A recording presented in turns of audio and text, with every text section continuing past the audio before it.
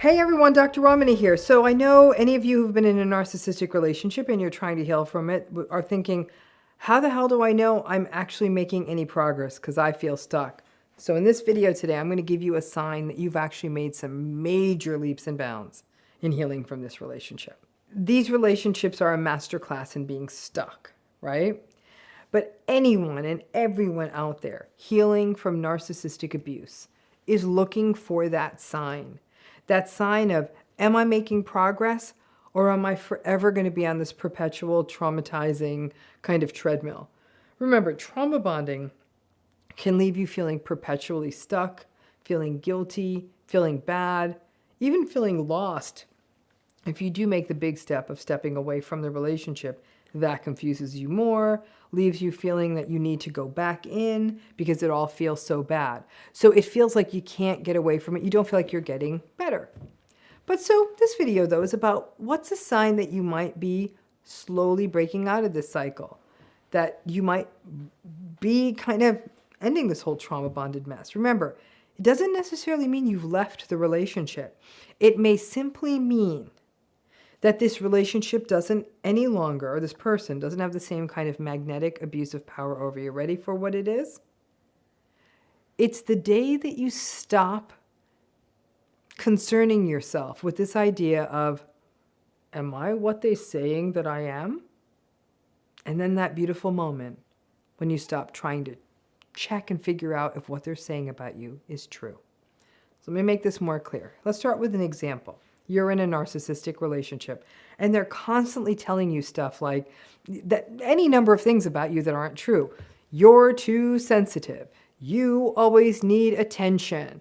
You are manipulative. You're not a good friend. You are insincere. You are a fake. You can add to this list whatever you've been called in your narcissistic relationship. You can even drop it in the comments, see what other people are saying. But the things that they're saying to you are untrue.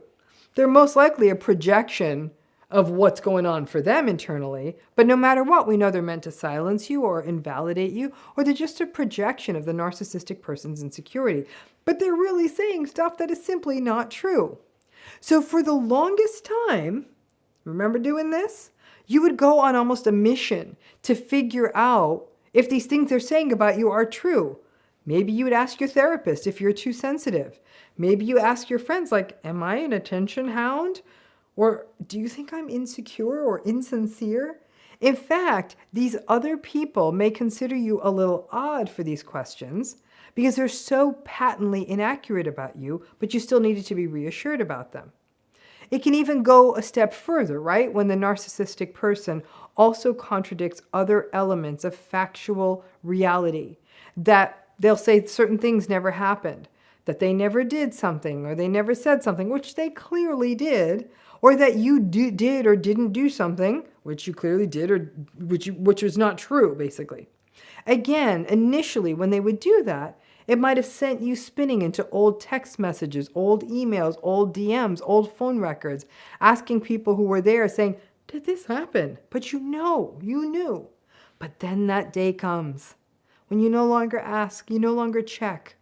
You know this person, you know their narcissism enough that you just sort of shrug your shoulders. You know your reality is real. You start knowing yourself, and you don't doubt yourself or double check. You may have this passing, am I crazy, to someone else who's around, but it won't have the same feel as before. The compelling need to dig in and figure it out and figure out if what they're saying is true. Healing means that the gaslighty stuff, the manipulative stuff they say, is no longer plausible. And I gotta tell you, it's a major time saver when this day finally comes. You no longer waste time asking people and checking old stuff to figure out if things happened or what they're saying is true. And more importantly, you may be less likely to ruminate. You know that they are gaslighting you. You know that they are lying. And you know the things that they are saying to you about you are probably not true. At some point as you heal, and especially if you have to have ongoing contact with the narcissistic person, you might start looking like someone who lives with someone who speaks an entirely different language than you, literally. So as they say things to you, you might just sort of nod politely because you can't understand a damn word that they're saying, but you don't want to be rude. Obviously, you don't doubt your ability to understand a language you speak, but you would also know that you don't understand a language you don't. It's very similar here when we're talking about these narcissistic relationships.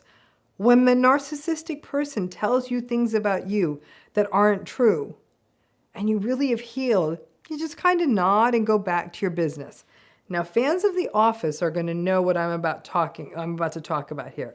Remember how Jim would make that sort of head nod, like looking towards the camera, like kind of thing, you know, like when he saw something absurd? I loved the gesture. I'm guilty of doing it all the time when I'm with narcissistic-y people. It's sort of an acknowledgement of the theater of the absurd to whatever world you think out there is observing you.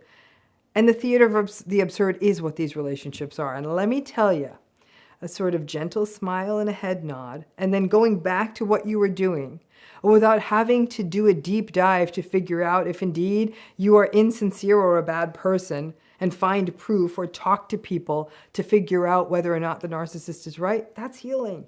Just the gift of time you got back by not wasting time figuring this out is great, but above all else, when it happens, you have to acknowledge the reality of the situation, but not give in to their distortions about you. It's a good day when you get there, and it's not always easy. It's also a painful reminder that there's really no there in a narcissistic relationship. And it can get on your nerves when a person is just mouthing off untruths. It can feel like, I don't know, like living with a flat earther or a conspiracy theorist, like it doesn't make sense. But ultimately, as you heal, you know who you are. And even the insistent manipulations of a narcissistic person, it still takes a toll on you, but it doesn't fully pull you away. And the day you no longer feel, if you have to figure out, or the day you feel that you no longer have to figure out whether the made-up stuff that they're saying about you is true or not, and you don't waste the time, that is a good day. And I hope all of you get there. Thanks again.